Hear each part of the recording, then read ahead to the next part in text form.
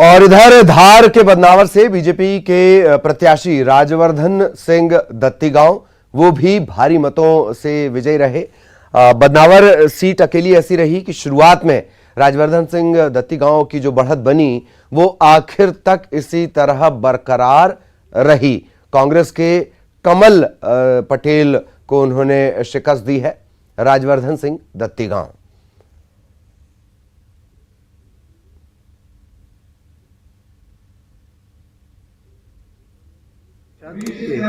निर्वाचन पश्चात में समूचे बदनावर का विधायक मध्य प्रदेश शासन ने महत्वपूर्ण जवाबदारी बदनावर के प्रतिनिधि को दी, बदनावर के प्रतिनिधि को दी, राजवर्धन सिंह को नहीं। मैं प्रतीक मात्र हूँ, मैं पुनः दोहराता हूँ और बहुत सादर मैं सभी से निवेदन करना चाहता हूँ। चुनाव समाप्त हो जाने के बाद में हम समभाव से, समदृष्टि से बदनावर और क्षेत्र के समग्र विकास के भाव को लेकर आगे बढ़े और हमारा लक्ष्य राष्ट्र निर्माण का है, क्षेत्र के विकास का।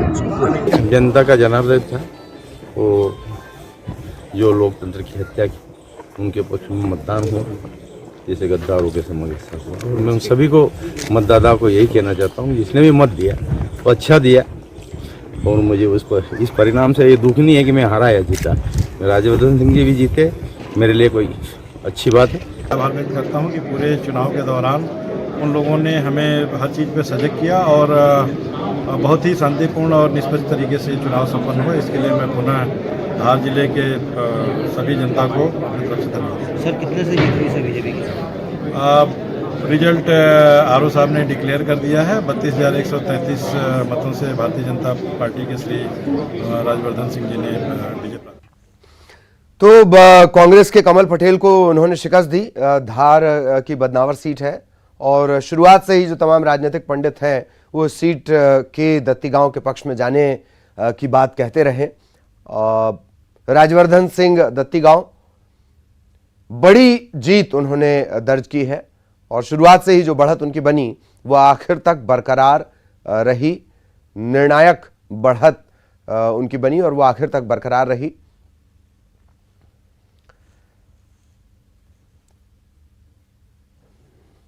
धार के बदनावर से आते हैं राजवर्धन सिंह दत्तीगांव और खास बात के पिता से विरासत में उन्हें मिली है राजनीति। आपको याद होगा कि जिस दौर में जब सिंधिया समर्थक नाराज होकर बेंगलौर चले गए थे तब मीडिया के सामने अंग्रेजी में, फर्राटेदार अंग्रेजी में दत्तीगांव अपना पक्ष रखते थे। हाईली एजुकेटेड और बावजूद उसके अपने पिता के अपमान का बदला लेने के लिए वो राजनीति में आए। चूंकि पिता को कांग्रेस ने टिकट नहीं दिया था, निर्दलीय लड़े, चुनाव जीते, बाद में कांग्रेस में शामिल हुए और उसके बाद अब बीजेपी से उन्होंने भारी जीत दर्ज की है। तो ये कुल मिलाकर चुनाव 28 सीटों के उपचुनाव और अब उपचुनाव में जनता ने अपना आदेश भी सुना दिया। सहयोगी पूजा हमारे साथ जुड़ी हुई हैं, सीधा आपको भोपाल लिए चलेंगे।